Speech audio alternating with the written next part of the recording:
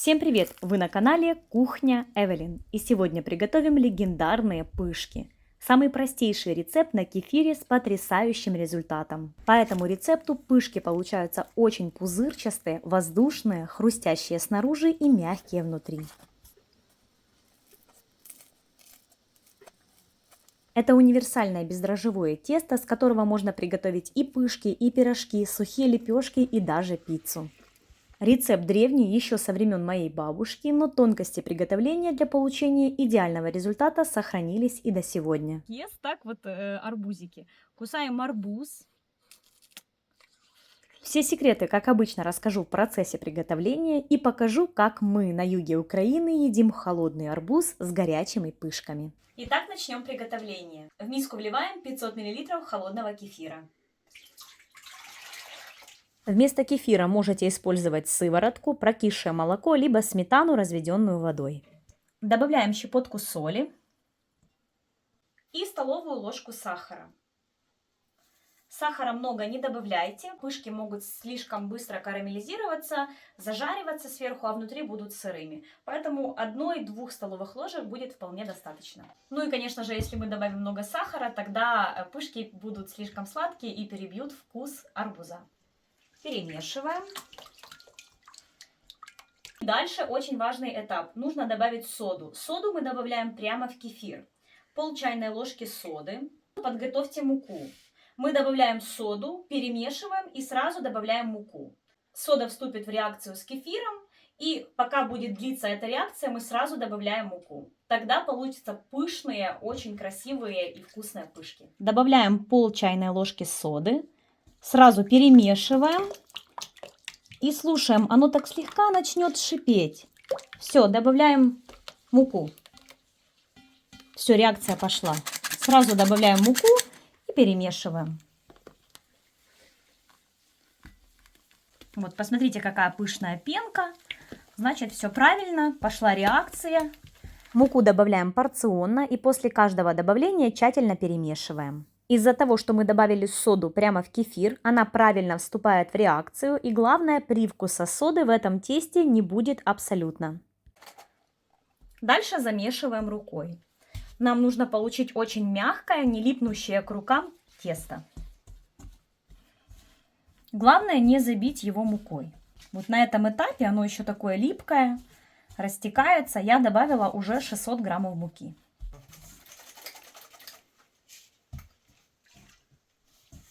Так, самое главное это добавить столько муки, чтобы тесто было вроде бы, оно еще как бы липнет немного к рукам, но в то же время оно собрано в комочек, однородное. Еще можно добавить муки, но не стоит, потому что вы забьете тесто.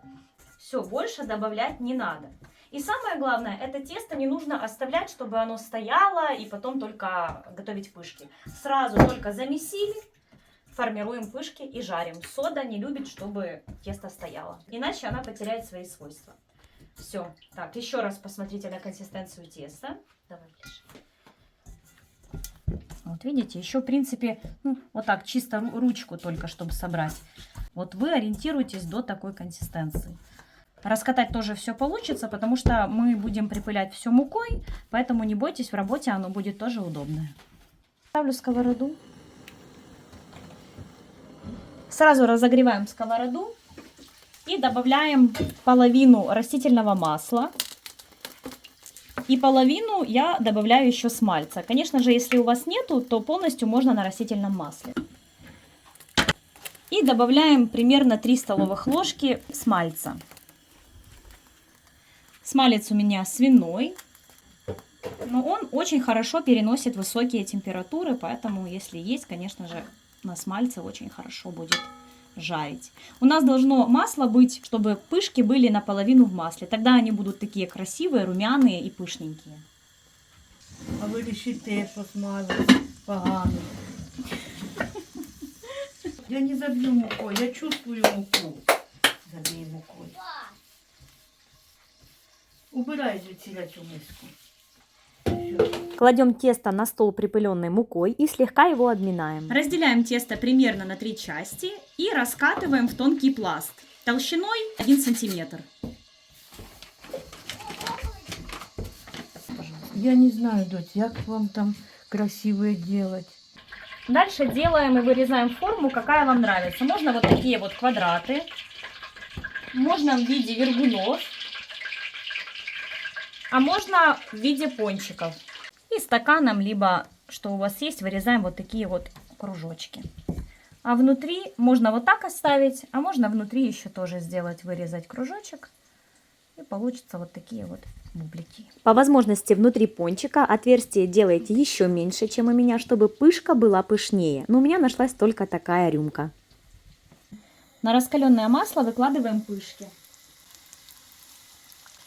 Обжариваем на среднем огне.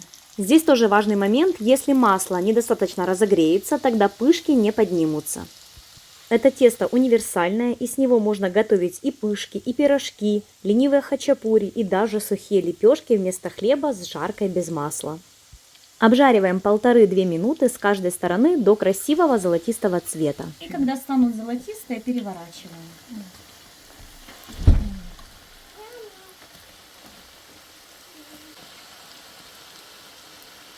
Буквально 1,5 минутки, и со второй стороны также готово. Выкладываем на бумажное полотенце. Чтобы лишний жир впитался в салфетку. Вторая партия также готова.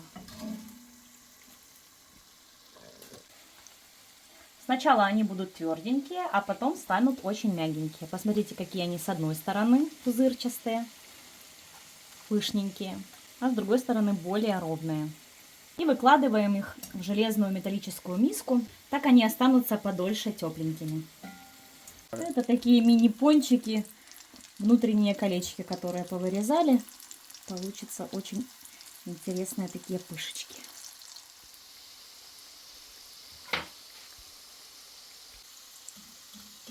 Из третьей части теста я решила сделать 3 ленивых хачапури. Раскатываем тесто в небольшую лепешку, выкладываем немного твердого сыра, можно вместе с творогом и зеленью. Собираем тесто в мешочек и хорошенько скрепляем. Защипляем хорошенько вот так вот. И раскатываем немного скалкой. Вот так вот.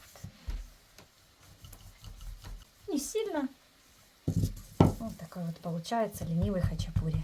Хачапури обжариваем так же, как и пышки, на среднем огне по 2-3 минуты. Так, все, хачапури пора доставать. Смотри, какие красивые. Посмотрите, какие красивые пышки получились. Давайте вместе попробуем, какие же они на вкус.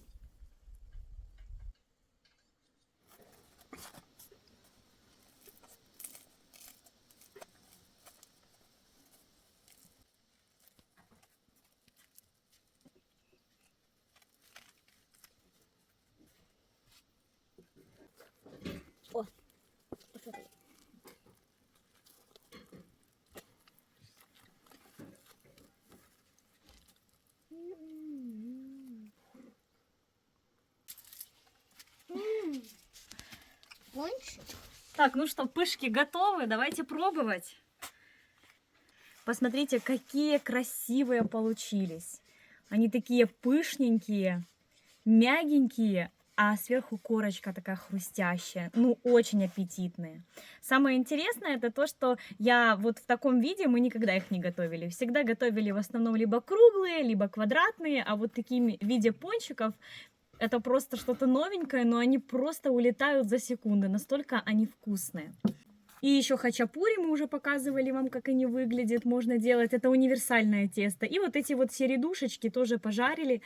И можно вот так вот налить на них сгущенки. Хачапури отдельно. Вот так вот. И все. И вот такой вот десертик готов. Тесто универсальное, и с него вы можете делать как пышки, так вот такие вот легкие, быстрые, бездрожжевые пончики. Их можно сделать сладкими, солеными, вместо хлеба. Но самое вкусное это когда вот лето, сезон арбузов и холодная долька арбуза. И вот такая вот пышечка, только с минимум сахара. И вы вот тогда поймете эту истину пышек. Это вот нужно обязательно попробовать. А это что, типа Пончики, но без начинки. Ну, это как бы пончики, но пончики вообще дрожжевые готовятся там на молоке, а это без дрожжей на кефире. То есть более полезный такой вот быстрый, полезный вариант. О, боже мой, какой красивый арбуз. Таким можно качаться каждый день. Так, отрезаем долечку. Я вам расскажу, как мы едим арбуз на юге Украины. Кусаем арбуз.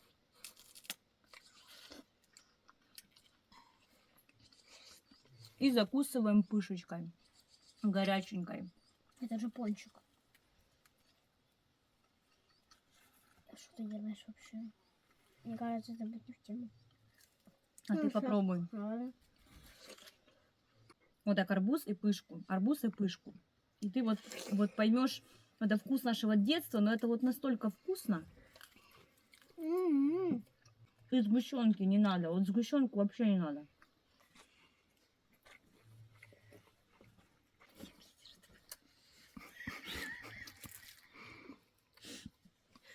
Пожалуйста, не капай. Искренне советую попробовать приготовить. Нам в детстве мама готовила, ну я не знаю, наверное, каждую неделю, а то и несколько раз в неделю такие вот пышки и вместо хлеба, и как к арбузику, и просто вот мы тягали, я не знаю, с вареньем, с чем было. Попробовать со сгущенкой. Вообще.